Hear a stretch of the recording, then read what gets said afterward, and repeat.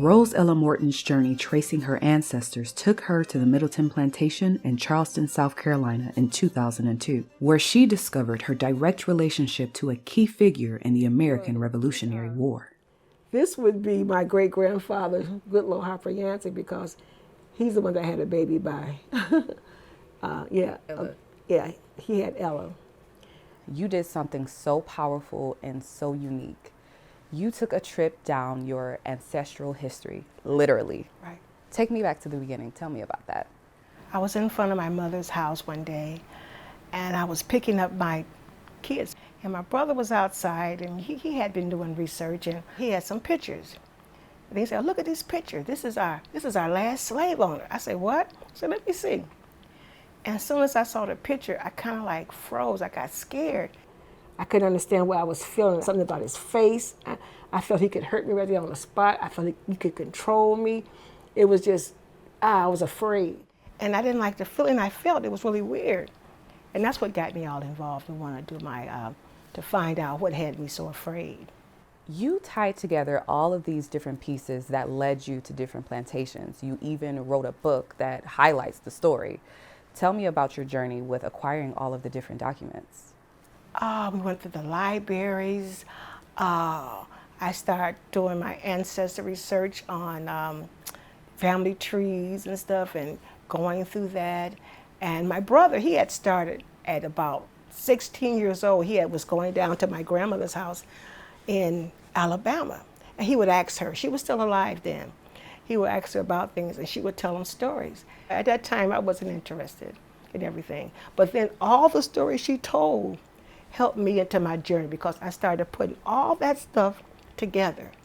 And I know that, of course, you did a lot of the research, and I know that your brother helped you along the way. Right. My brother did have a couple of pictures, but he was more so, he said, after I started journeying out into the slave owners, he said, don't bother with them. He said, just keep it in, just find out things about the black side, the slaves, the ancestors. We don't want to go into that part. And I said to myself, that doesn't make sense. I said, in order for me to find out more about my people, I got to find the white people that had them. So that's when I took it out towards going to find the white slave owners and stuff and going to the plantations and stuff. I started out collecting information. My brother had pulled up something about the plantations and everything that they were on, and it was like 3 plantations. And the story sounded real good. I said, you know what? I think I'm going to visit every plantation my ancestors were enslaved. He said, well, if you're going to take a visit, I want to go with you. So that started off my first trip. So we went to Charleston, South Carolina. It was in February 2002. We went to the Middleton Plantation. When you went back to these plantations, you were essentially, in a way, traveling back in time. Right. What was the feeling that you felt when you were there? As soon as I got on the ground, I could feel, like I said, I could feel it move under my feet and everything. It was beautiful. It was beautiful. But I also know you don't go back to an ancestor's place where your ancestor was at, or where they slaved and died, without them coming back with you. Some coming back when you leave. So some of them did follow me back. I know they did.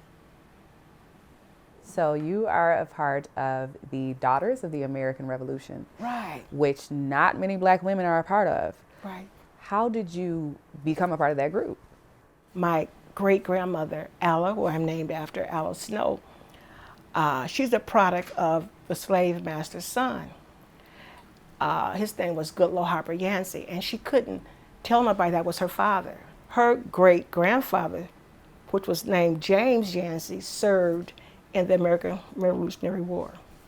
And so that was my connection.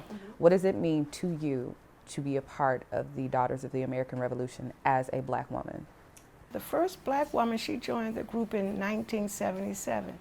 The reason that I joined was not, I'm so patriotic. I'm not.